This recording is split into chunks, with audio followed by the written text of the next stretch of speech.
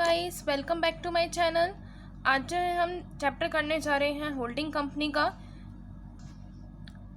Holding company क्या होती है, सबसे पहले वो देखते हैं। Holding company is a company which controls another company. Holding company वो कंपनी है जो कि किसी दूसरी कंपनी को क्या करती है, कंट्रोल करती है बाय एक्वायरिंग ऑल और majority of its shares carrying voting rights. अब इन्होंने क्या बोला कि होल्डिंग कंपनी एक वो कंपनी है जो कि एक दूसरी कंपनी को कंट्रोल करती है। कैसे कंट्रोल करती है, उसके पूरे के पूरे या तो शेयर्स ले लेगी या फिर मेजॉरिटी ऑफ शेयर्स ले लेगी। मेजॉरिटी ऑफ शेयर्स यानी कि इन्होंने बोला कि मोर देन 50% के शेयर्स ले लेगी, या और एक्वायरिंग ऑल का मतलब है कि 100% के शेयर होल्डिंग कंपनी के पास होंगे दूसरी कंपनी के, या फिर 50% से ज़्यादा के शेयर्स होंगे और उन शेयर्स का उनके पास वोटिंग राइट होगा। और controlling the composition of its board of directors. और इन्होंने क्या बोला कि जो भी बोर्ड ऑफ डायरेक्टर्स हैं उनका कंपोजिशन उनको भी, यानी बोर्ड ऑफ डायरेक्टर्स को भी अदर सब्सिडरी कंपनी के बोर्ड ऑफ डायरेक्टर्स को होल्डिंग कंपनी क्या करती है, कंट्रोल करती है। एक होल्डिंग कंपनी वो कंपनी है जो कि दूसरी कंपनी को कंट्रोल करती है, जिसके पास उस दूसरी कंपनी के सारे 100% के शेयर्स या फिर मोर देन 50% के शेयर्स होते हैं विद द वोटिंग राइट्स, और वो उन बोर्ड ऑफ डायरेक्टर्स को भी कंट्रोल करती है जो कि सब्सिडरी कंपनी के अंदर काम करते हैं। ठीक है। Subsidiary company, the company whose shares have been acquired. जिस कंपनी के शेयर्स होल्डिंग कंपनी ने एक्वायर कर रखे हैं उस कंपनी को हम क्या बोलते हैं, सब्सिडरी कंपनी। अब होल्डिंग कंपनी जो है वो या तो 100% के शेयर ले लेती है या फिर मेजॉरिटी ऑफ शेयर्स ले लेती है, यानी 50% से ज़्यादा। तो उस केस में होली ओन्ड सब्सिडरी कौन सी होती है और पार्टली ओन्ड सब्सिडरी कौन सी होती है। होली ओन्ड सब्सिडरी वो सब्सिडरी होती है जिसके 100% के shares with voting rights holding company ने ले रखे हैं।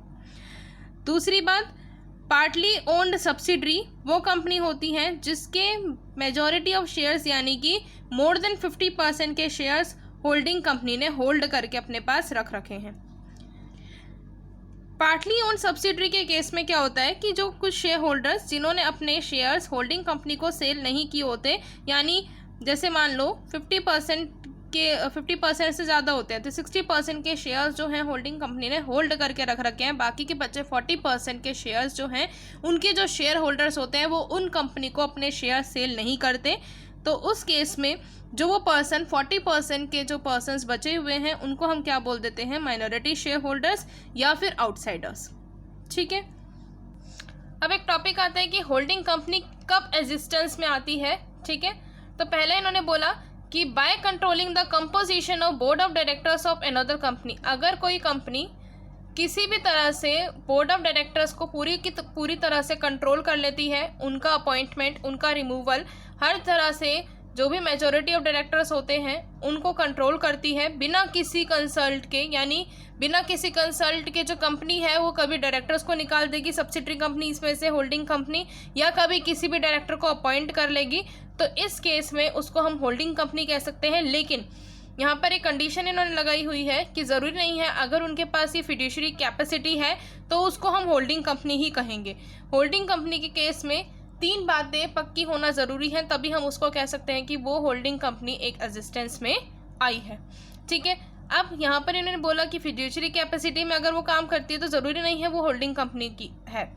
क्यों? क्योंकि इसका मतलब है कि अगर कोई फाइनेंस कंपनी या फिर कोई बैंकिंग कंपनी जो होल्डिंग कंपनी फिर कंसिडर नहीं की जाती। मान लो अगर किसी बैंकिंग कंपनी ने किसी दूसरी कंपनी को लोन दे रखा था, उस लोन के चलते अब उस कंपनी ने लोन तो रिपे नहीं किया, तो उसके चलते उसने क्या करे, मेजॉरिटी ऑफ शेयर्स उस कंपनी के होल्ड कर लिए। होल्ड करने के बाद वो क्या करने लग गई, उसके सारे डायरेक्टर्स का जो मेजॉरिटी ऑफ डायरेक्टर्स हैं उनको उन्होंने होल्ड करके रख लिया और उसके ऊपर अपना पावर दिखा रही थी। तो ज़रूरी तो फिर ये तो नहीं है ना कि वो होल्डिंग कंपनी है, वो सारी कंपनीज को मैनेज कर रही है। तो इस केस में आपने ध्यान रखना है कि अगर composition of board of directors किसी दूसरी कंपनी जो है, किसी दूसरी कंपनी के होल्डिंग कंपनी अगर उनको होल्ड करती है, उनके पास ये पावर है, तो ज़रूरी नहीं होता कि अगर सिर्फ यही पावर है तो ही वो होल्डिंग कंपनी एग्जिस्टेंस में आएगी। 3 बातों का ध्यान रखना होता है। पहली बात तो ये हो गई कि उसके पास पावर्स होनी चाहिए कि उनके बोर्ड ऑफ डायरेक्टर्स को वो कंट्रोल कर सके। दूसरी बात कि होल्डिंग कंपनी जो है 50% के शेयर्स अपने पास रखे विद वोटिंग राइट्स, ठीक है। बट ये जो शेयर्स हैं ये किसी भी फिड्यूशरी कैपेसिटी के अंदर हेल्ड नहीं होने चाहिए, यानी जैसे बैंकिंग कंपनी और हमने अभी नाम लिया था किसी फाइनेंस कंपनी का, उनके हैंड में नहीं होने चाहिए किसी भी तरह के security of for a loan granted. Loan उन्होंने दिया बैंकिंग या फाइनेंस कंपनी ने, उस सिक्योरिटी के बदले उन्होंने उसके शेयर्स ले लिए, इस तरह से नहीं होना चाहिए। ऐसे ही पहले वाले केस में अगर वो लोग जो हैं कंट्रोल कर रहे हैं तो उस केस में भी हम ये नहीं मानेंगे कि वो होल्डिंग कंपनी है, बिकॉज वो जो है फिड्यूशरी कैपेसिटी का यूज़ कर रही हैं अपनी, ठीक है। उसके बाद by controlling a holding company which controls another subsidiary और सब्सिडरीज, इनको समझते हैं एग्जाम्पल से। एग्जाम्पल क्या है, if B limited is a subsidiary of A limited, अगर बी लिमिटेड जो है वो ए लिमिटेड की सब्सिडरी है और सी जो है वो बी लिमिटेड की सब्सिडरी है, तो in that case C limited भी जो है ए लिमिटेड की सब्सिडरी मानी जाएगी, ठीक है। क्या बोला मैंने कि अगर बी लिमिटेड ए लिमिटेड की सब्सिडरी है और जो सी लिमिटेड है वो बी लिमिटेड की सब्सिडरी है, तो ए इज इक्वल टू सी हो जाता है। तो यानी जो सी है वो किसकी सब्सिडरी होगी, ए की, ठीक है। ये वाली हमारी होल्डिंग कंपनी है और इस केस में ये वाली हमारी होल्डिंग कंपनी है। क्लियर है, एक बार तो बी सब्सिडरी बनी, एक बार बी होल्डिंग कंपनी बनी, लेकिन ये होल्डिंग है तो ये वाली क्या हो जाएगी, सब्सिडरी कंपनी। तो हम क्या मान लेंगे कि सी जो है वो क्या हो गई, सब्सिडरी कंपनी हो गई ए लिमिटेड की। क्लियर है। फिर एडवांटेजेस क्या हैं होल्डिंग कंपनी के, बेटर क्वालिटी डिसीजंस। जो होल्डिंग कंपनी है वो बहुत अच्छे क्वालिटी के डिसीजंस ले सकती है at all the levels of the company, because उसके अंडर बहुत सारी सब्सिडरीज कंपनी होती हैं। वो सब्सिडरी कंपनीज भी कहीं ना कहीं अपनी सजेशंस वगैरह देती हैं और होल्डिंग कंपनी जो है अपनी कॉरपोरेट पॉलिसीज़ और स्ट्रैटेजीज़ पर ज़्यादा कॉन्सेंट्रेट रखती हैं और जो उनके ऑपरेटिंग लेवल्स होते हैं, लेवल्स पर जितने भी पर्सन्स होते हैं वो उन पॉलिसीज़ को, उन स्ट्रैटेजीज़ को जो कि होल्डिंग कंपनी ने बनाई थी उसको इम्प्लीमेंट भी अच्छे से कर देते हैं। तो यहाँ पर बेटर क्वालिटी के डिसीजंस लिए जाते हैं। फिर नेक्स्ट है better utilization of resources. Holding company के जो है बेटर यूटिलाइजेशन कर लेती है रिसोर्सेज का, चाहे उसके वो फाइनेंशियल रिसोर्सेज हो, चाहे उसके कोई अदर रिसोर्सेज हो, क्योंकि होल्डिंग कंपनी के पास बहुत सारे रिसोर्सेज होते हैं, बहुत सारे रिजर्व में रिसोर्सेज पड़े हुए होते हैं। तो वो क्या करती हैं, अपने रिसोर्सेज को अनदर सब्सिडरीज कंपनीज के अंदर भी लगाती रहती हैं, जिनसे उनको अल्टीमेट बेनिफिट मिल जाता है। उसके बाद है easy method of acquiring control. इसका सबसे आसान मेथड है कंट्रोल को एक्वायर करने का। होल्डिंग कंपनी क्या करेगी, दूसरी कंपनी के जितने भी शेयर्स हैं मोर देन 50% या फिर 100% के शेयर्स को ले लेगी। यानी इसमें किसी तरह का ज़्यादा खर्चा नहीं होता। किसी एक दूसरी ऑर्गेनाइजेशन को बिल्डअप करने का जो खर्चा होता है, जैसे मान लो अगर आज मुझे बिजनेस ओपन करना है, मैं एक पूरी लैंड लूँगी, उस लैंड के ऊपर मैं एक बिल्डिंग बनाऊँगी, फिर मैं उसके जो है आगे स्टार्टअप करूँगी, तो इस तरह से जो मेरा खर्चा होगा वो ज़्यादा होगा। तो लेकिन इस केस में अगर किसी दूसरी कंपनी के ऊपर कंट्रोल करना है तो उसमें आपको ज़्यादा स्पेंड करने की ज़रूरत नहीं पड़ती है। फिर नेक्स्ट है रिड्यूसेस कंपटीशन। कंपटीशन जो है दोनों कंपनीज के बीच में ख़त्म हो जाता है, क्योंकि दोनों कंपनी सेम ग्रुप्स की वजह से क्या हो रही है, मैनेज हो रही हैं, ठीक है। एक ही ग्रुप उन दो कंपनीज को मैनेज कर रहा है, तो उन दोनों के बीच में जो कंपटीशन है वो बिल्कुल ही रिमूव हो जाएगा। Easy rate from subsidiary. अगर जो कंपनी है वो उस सब्सिडरी से बाहर आना चाहती हैं तो वो बहुत आसानी से भी बाहर आ जाती हैं। होल्डिंग कंपनी वो क्या करती हैं, जो भी उनके पास शेयर्स होते हैं सब्सिडरी कंपनी के, वो ओपन मार्केट के अंदर फटाफट से सेल कर देती हैं और बाकी जितनी भी उनके पास पावर होती है वो दूसरे पर्सन्स के हाथ में चली जाती है और वो जो है एक बाहर आ जाती हैं उन सब्सिडरी कंपनी से। फिर इन्होंने कहा income tax benefit. Separate identities जो हैं, ये दोनों कंपनीज क्या करती हैं, सेपरेट आइडेंटिटीज़ हैं, तो ये दोनों कंपनीज अपने अलग अलग अकाउंट्स बनाती हैं। उन अपने अलग अलग अकाउंट्स में जितने भी उनके लॉसेज होते हैं वो कैरी फॉरवर्ड कर देती हैं। कैरी फॉरवर्ड करने से जो भी उनका इनकम टैक्स होता है उनको बेनिफिट मिल जाता है उस इनकम टैक्स पे। पिछले साल का कोई प्रॉफिट था, उन्होंने कैरी फॉरवर्ड करा, उसको सेटअप कर दिया। सेटअप करने से उनको बेनिफिट मिल जाएगा होल्डिंग कंपनी को, क्योंकि वो क्या कर रही थी, सब्सिडरी कंपनी को कंट्रोल कर रही थी, ठीक है। Efficient management.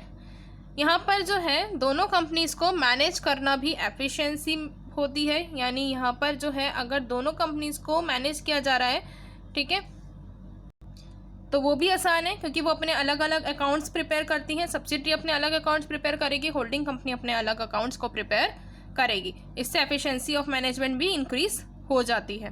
फिर नेक्स्ट है easy to wind up subsidiary. अगर किसी सब्सिडरी को वाइंड अप हमें करना होता है तो वो भी आसान है, ठीक है। अगर कोई सब्सिडरी बहुत ज़्यादा लॉसेस में आ रही है तो उसको वाइंड अप करना भी आसान रहता है, और उससे बाहर निकलना भी, जैसे हमने पढ़ा था, वो भी आसान रहता है। उसके बाद है disadvantages of holding company. Holding company के क्या डिसएडवांटेज हैं? Secret reserves. सीक्रेट रिजर्व्स हैं वो कई बार डायरेक्टर्स जो हैं वो क्रिएट कर लेते हैं, ठीक है। कैसे क्रिएट करते हैं? जो माइनॉरिटी इंटरेस्ट के लोग होते हैं उनकी बात तो ज़्यादा सुनी नहीं जाती, ठीक है। अगर 60% लोग बोल रहे हैं और 40% लोग बोल रहे हैं तो ज़्यादा किसकी सुनी जाती है? 60% लोगों की। तो वो जो 60% के डायरेक्टर्स होते हैं वो क्या करते हैं? अपने सीक्रेट रिजर्व बना लेते हैं, और माइनॉरिटी इंटरेस्ट वाले जो शेयर होल्डर्स होते हैं उनको उस हिसाब से वो पेमेंट नहीं करते। Difficulty in ascertaining financial position. जो क्रेडिटर्स होते हैं सब्सिडरी कंपनी के and the share holders in the holding company, उन दोनों को ये नहीं पता होता कि ट्रू फाइनेंशियल पोजीशन क्या है कंट्री की, ठीक है। क्योंकि अगर मान लो कि किसी सब्सिडरी कंपनी के कुछ लॉसेस हुए थे और उस लॉसेस को किसी होल्डिंग कंपनी ने अपने अकाउंट्स में सेट अप कर लिया, और उस सेट अप की वजह से उसकी जो फाइनेंशियल पोजीशन है वो बहुत ज़्यादा हाई दिखा रही थी, लेकिन एक्चुअल में वो हाई नहीं थी, ठीक है। तो इससे क्या होता है कि ट्रू फाइनेंशियल पोजीशन का पता नहीं चल पाता।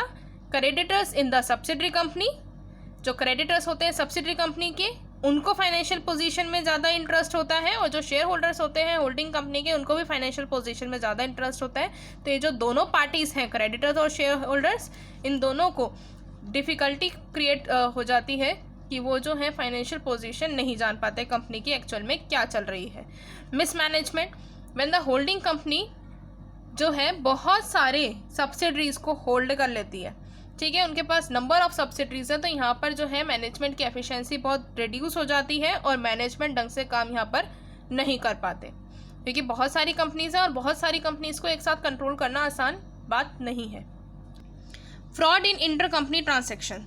यहाँ पर बहुत सारे ऐसे चांसेस होते हैं जहाँ पर इंटर कंपनी ट्रांजेक्शन्स के अंदर फ्रॉड होने के चांसेस रहते हैं, ठीक है। अब ये जो है because inter company transactions are settle at very high और very low price according to the requirement of the holding company. जिस तरह से होल्डिंग कंपनी की रिक्वायरमेंट है उस तरह से यहाँ पर जो भी प्राइस होता है उसको सेटल डाउन किया जाता है। अगर होल्डिंग कंपनी को लगता है कि इसमें हाई प्राइस लगेगा तो हाई प्राइस लगा दिया जाता है, और अगर उनको लगता है लो प्राइस लगेगा तो लो प्राइस लगा दिया जाता है। यहाँ पर कहीं ना कहीं फ्रॉड हो जाता है, ठीक है।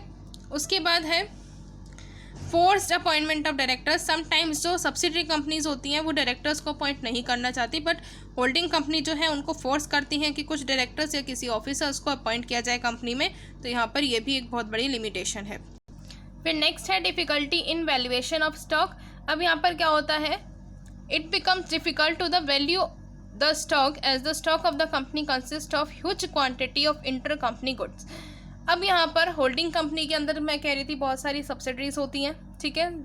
कई बार नंबर ऑफ़ सब्सिडरीज ज़्यादा हो जाती हैं तो भी डिफ़िकल्टी होती है। तो इस वजह से अब नंबर ऑफ़ सब्सिडरीज ज़्यादा हो गई, वो अलग अलग तरीके के गुड्स के अंदर जो है ट्रांजैक्शंस कर रहे हैं, तो इस केस में जो उनका स्टॉक होता है उसकी वैल्यू करना भी डिफ़िकल्ट हो जाता है, क्योंकि किसी कंपनी के पास किसी अलग तरीके का स्टॉक है, किसी कंपनी के पास किसी दूसरे तरीके का स्टॉक है, किसी अलग अलग तरीके के गुड्स होते हैं। तो उस केस में यहाँ पर वैल्यूएशन जो है डिफ़िकल्ट हो जाता है।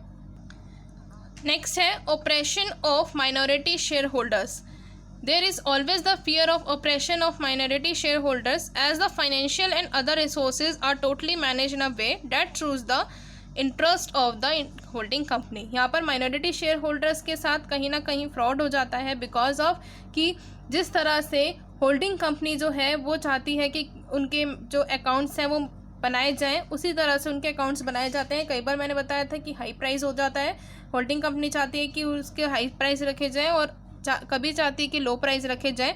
तो पूरी की पूरी सब्सिडरी कंपनी टोटली मैनेज की जाती है होल्डिंग कंपनी के द्वारा। तो इस वजह से कहीं ना कहीं जो माइनॉरिटी शेयर होल्डर्स होते हैं उनके साथ फ्रॉड हो जाता है, और उनको उनका जो इंटरेस्ट होता है, शेयर्स होता है, वो नहीं मिल पाता। फिर नेक्स्ट टॉपिक है हमारे पास कंसोलिडेटेड फाइनेंशियल स्टेटमेंट्स। ये जो स्टेटमेंट है ये होल्डिंग कंपनी प्रिपेयर करते हैं।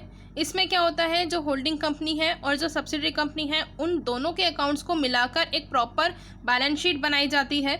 एक ही बैलेंस शीट होती है जो दोनों कंपनी के अकाउंट्स को प्रेजेंट करती है, कंपनी के अकाउंट्स की इंफॉर्मेशन देती है। ठीक है, अब यहाँ पे इस स्टेटमेंट में क्या क्या हाईलाइट होता है।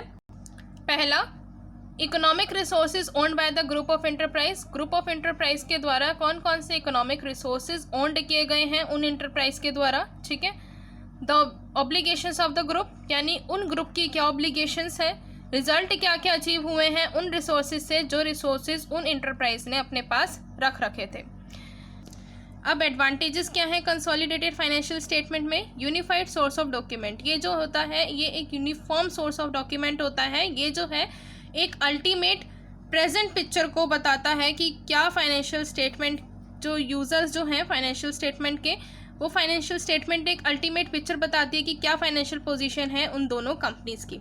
ठीक है, दोनों एक सेपरेट एंटिटीज़ हैं तो उन दोनों की जो फाइनेंशियल पोजीशन है वो एक ही बैलेंस शीट के अंदर बता दी जाती है और उस बैलेंस शीट का नाम होता है कंसोलिडेटेड बैलेंस शीट, या हम कह सकते हैं कंसोलिडेटेड फाइनेंशियल स्टेटमेंट।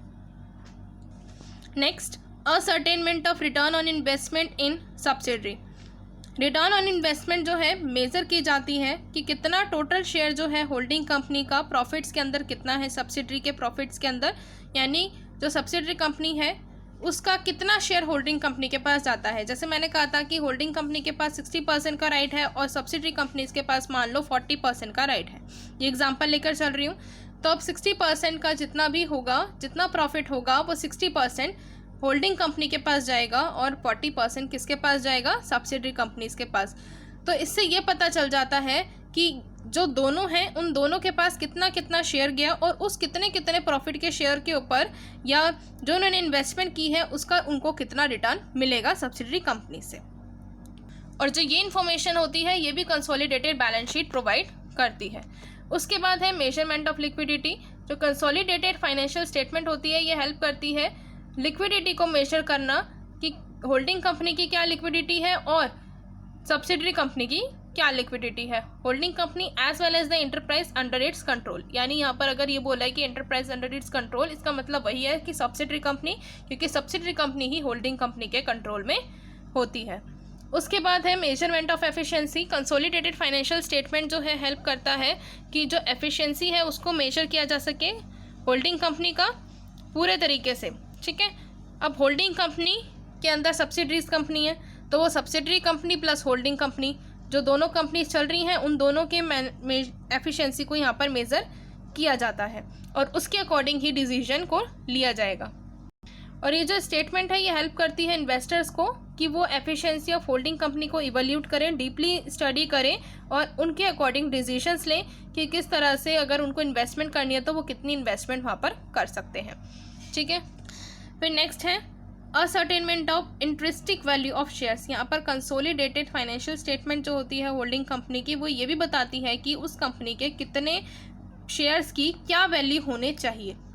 ठीक है, ये हेल्प करती है वैल्यूएशन ऑफ शेयर्स में भी। फिर हमारे पास आता है disadvantages of consolidated financial statement. Misleading information, कई बार क्या होता है कि मिसलीडिंग इन्फॉर्मेशन होती है क्योंकि जो होल्डिंग कंपनी है वो अपनी तरफ से अकाउंट्स बनवाती है सब्सिडरी कंपनी से। अब जो एक्चुअल के सब्सिडरी कंपनी के अकाउंट्स होते हैं और जो होल्डिंग कंपनी जो बनवाती है वो दोनों के अकाउंट्स मैच नहीं करते, तो ये कहीं ना कहीं इन्वेस्टर्स को मिसलीड करता है कि वो जो है डिसीजंस किस तरह से लेंगे।